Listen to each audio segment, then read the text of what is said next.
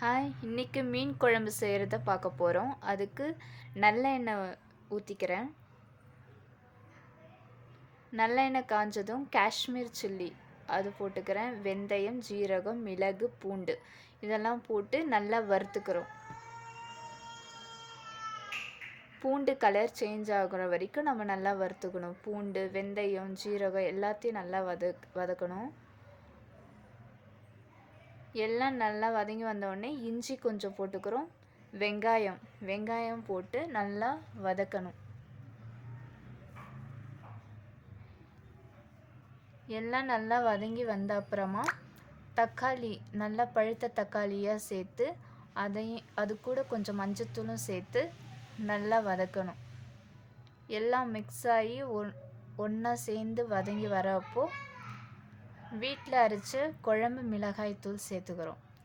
அது கூட மல்லித்தூளும் சேர்த்துக்கணும். இது எல்லாம் சேர்த்து மறுபடியும் நம்ம வதக்கணும். எல்லாம் நல்லா வதங்கி வரணும். அடி பிடிக்காத அளவுக்கு சிம்மில் வச்சு நல்லா வதக்கணும்.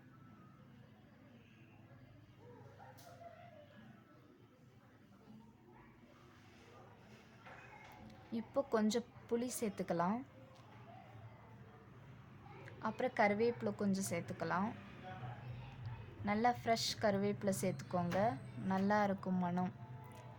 பச்சை மிளகாய் சேர்த்துக்கணும்.